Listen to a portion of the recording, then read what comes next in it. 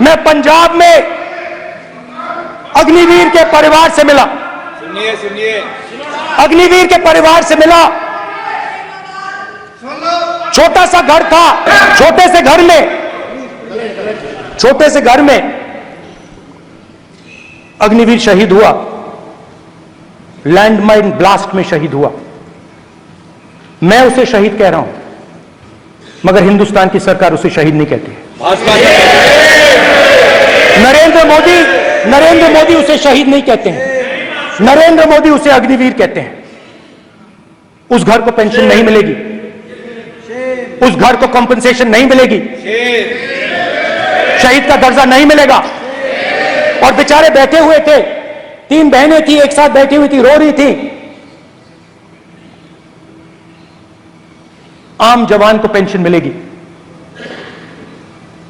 जरूर दुख होगा, मगर हिंदुस्तान की सरकार आम जवान की मदद करेगी। मगर अग्निवीर को जवान नहीं कहा जा सकता। अग्निवीर यूज एंड थ्रो मजदूर है। और आप उससे कहते हो, उसको आप 6 महीने की ट्रेनिंग देते हो, 6 महीने की ट्रेनिंग देते हो। दूसरी तरफ चाइना के जवान को 5 साल की ट्रेनिंग मिलती है, राइफल लेकर उसके सामने खड़ा कर देते हो, उसके दिल में भय पैदा करते हो। एक जवान और दूसरे जवान के बीच में फूंक डालते हो कि एक को पेंशन मिलेगी, एक को शहीद का दर्जा मिलेगा, दूसरे को नहीं मिलेगा। और फिर अपने आप को देशभक्त कहते हो। ये कैसे देशभक्त है?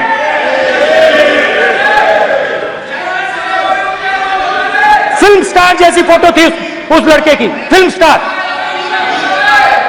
बॉलीवुड स्टार की फोटो थी। मैं सोच रहा था, देखो इस युवा ने जान दी। अध्यक्ष महोदय, एक आदमी सब पर भारी।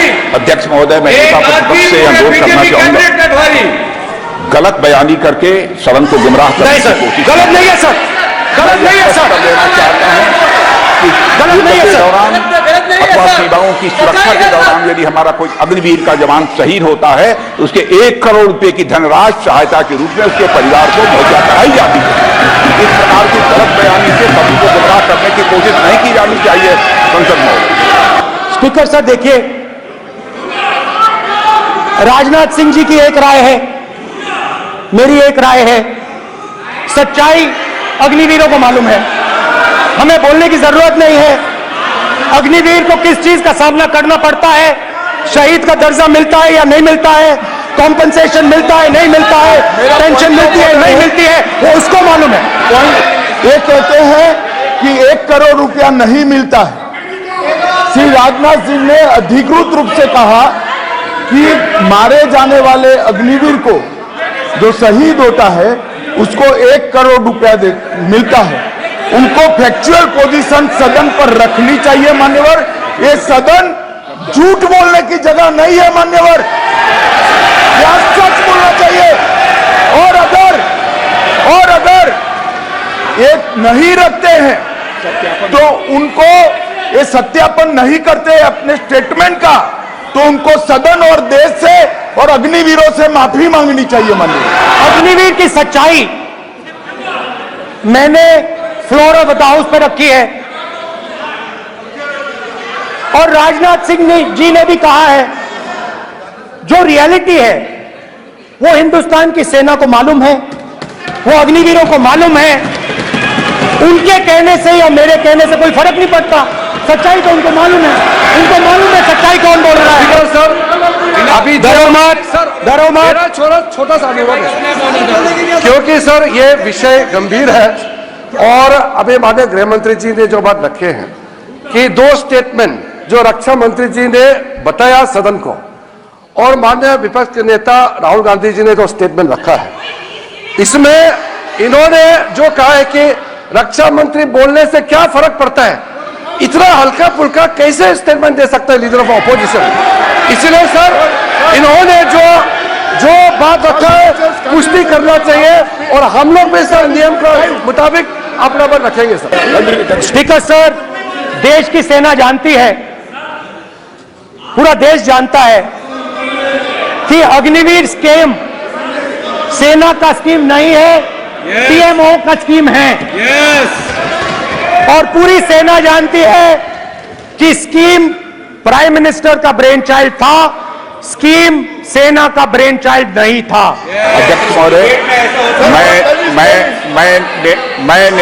मैं नेता प्रतिपक्ष से विनम्रता पूर्वक अनुरोध करना चाहता हूं कि कृपया वह सदन को गुमराह करने की कोशिश न करें।